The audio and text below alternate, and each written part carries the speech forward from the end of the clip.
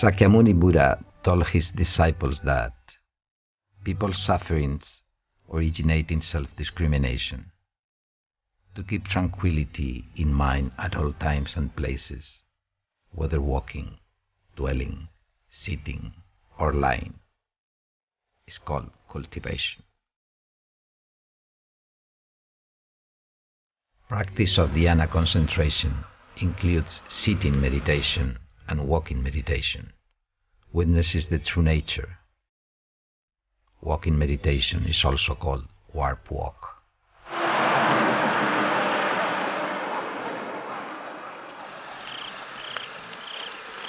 Over 3,000 years, innumerable monastic and lay people have proven the edification of the Buddha through cultivation and walked out of the darkness of sufferings. Nowadays, cultivation in meditation halls and chanting Buddha halls is still highly valued. However, cultivation under other circumstances is often neglected, especially in walking, which actually occupies plenty of time in the daily life. We must also discriminate in the walking. It is very easy to provoke afflictions because of discrimination, especially during the time of feeling uncomfortable or confronting the external temptation.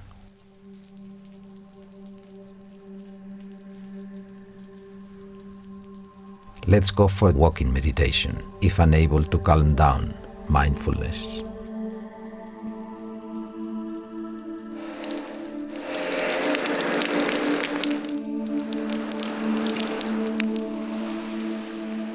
Walking in the rain.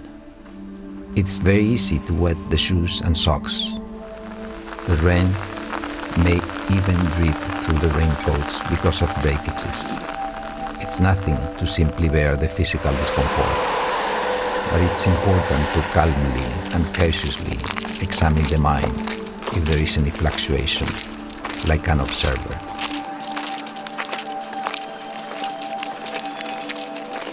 Regardless the shoes are dry or wet, do not consciously dodge any place with accumulated water due to fear of getting wet and dirty, or step into it to practice the walking force. Instead, just walk in a normal pace, straightforward, without discrimination.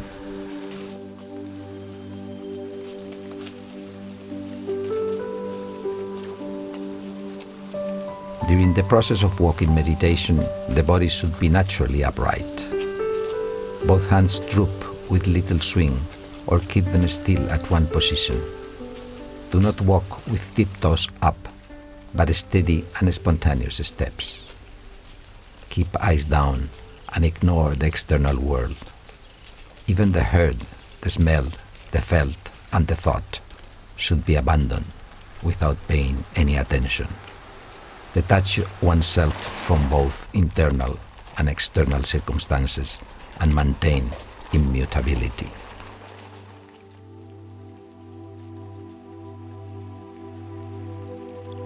It is allowed to take shelter from rain in proper places which exclude factory buildings or residential houses, so as to not to be despised by others and prevent monks from craving worldly lives.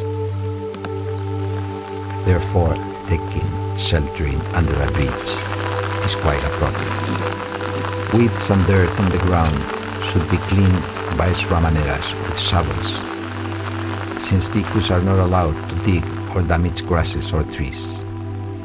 Each one unfolds his own damp-proof plastic bag. The Dharma honors precepts, thus the seats are arranged based on duration of complete ordination in a sequential order. Each monk possesses only one set of robes. Be content and submissive with simply wrapping with a cotton blanket. Besides reducing the craving for clothes, the attachment to the body is diluted by the rain.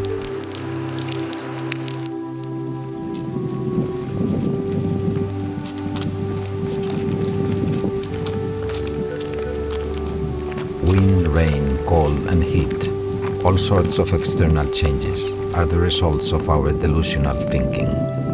Thoughts emerge and vanish in flashes, followed by external circumstances. Everything is so impermanent.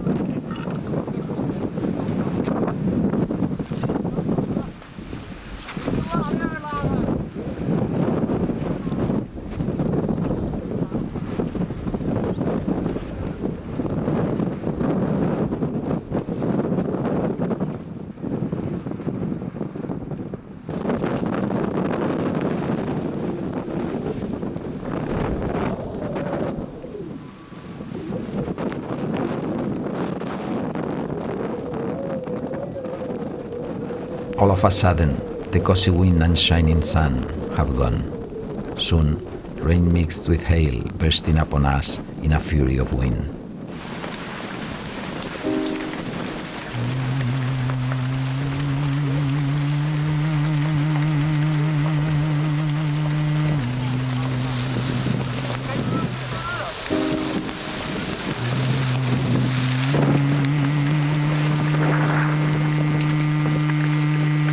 Sufferings from worldly life are even much worse than this, which seems endless. By witnessing the beloved people, things, events, fame, wealth, and affinities, even our lives have gone one after another. We can do nothing about it. Moreover, these sufferings will be repeated over and over again in the transmigration.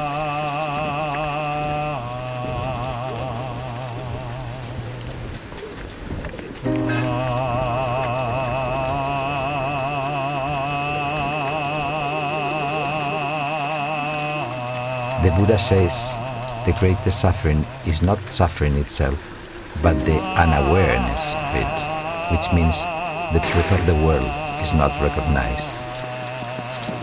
This would cause people to believe in indiscrimination. Thereby the sufferings would arise and vanish constantly. Why not enter into the nirvana of eternity with our beloved?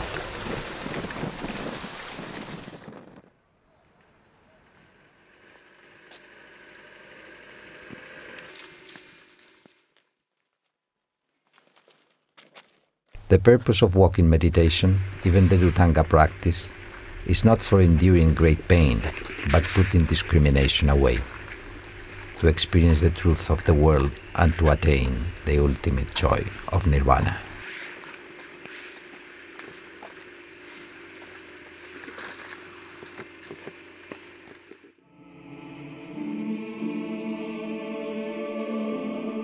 It's only possible to experience the truth of the world by maintaining the immutability of mind.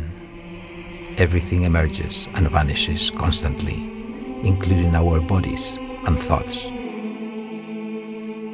The true value of life is not to possess something, since everything will be buried with the pass of time, no matter how illustrious and happy the life seems. On the contrary, a life of simplicity will not lose its luster if there is no discrimination.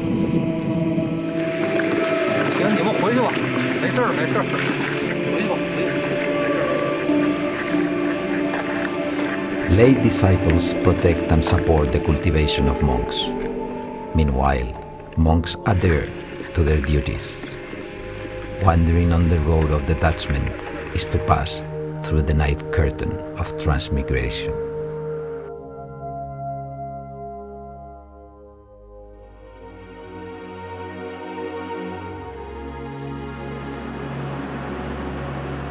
The dark night of samsara is painful and confusing. Although the lamp of aspiration has been lit, our life still struggles in the darkness, which swallows and bites through us every day. The Buddha teaches us to rest during midnight and practice diligently before and after, until attaining the ultimate illumination.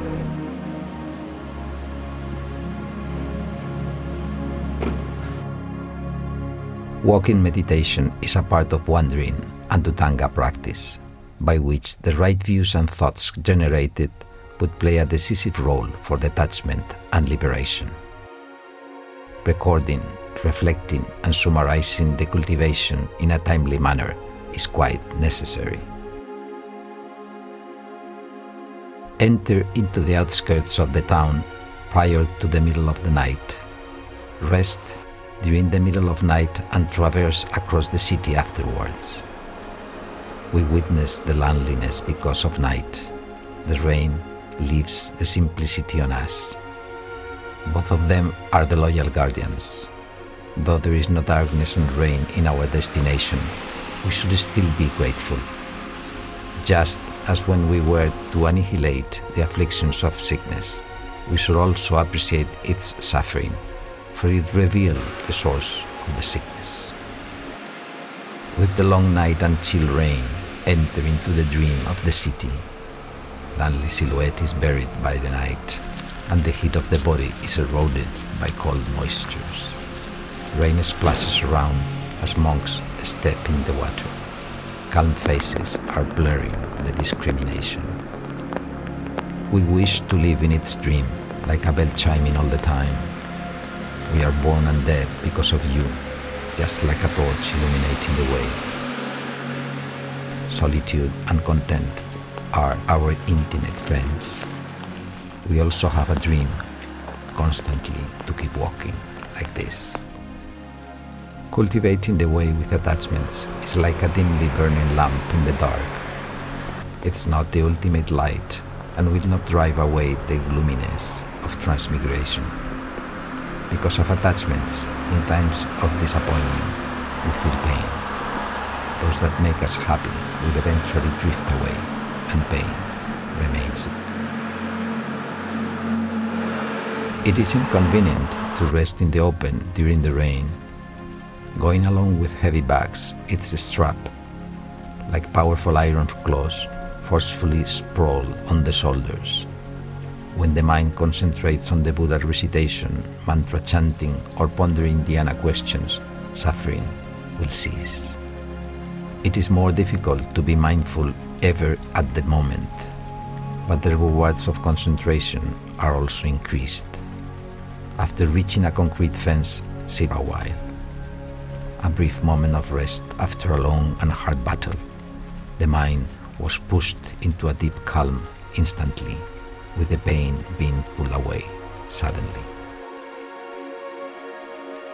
During the walking meditation, we experience the impermanent nature of things in the course of rising and ceasing of sufferings. When faced to painfulness, it will be easier to see through and let go. From physical endurance, we learn to train the mind detaching from it. The body suffers, but the mind at ease.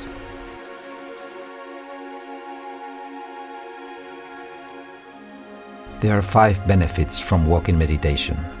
First, it promotes digestion. Walking after a meal helps food to digest.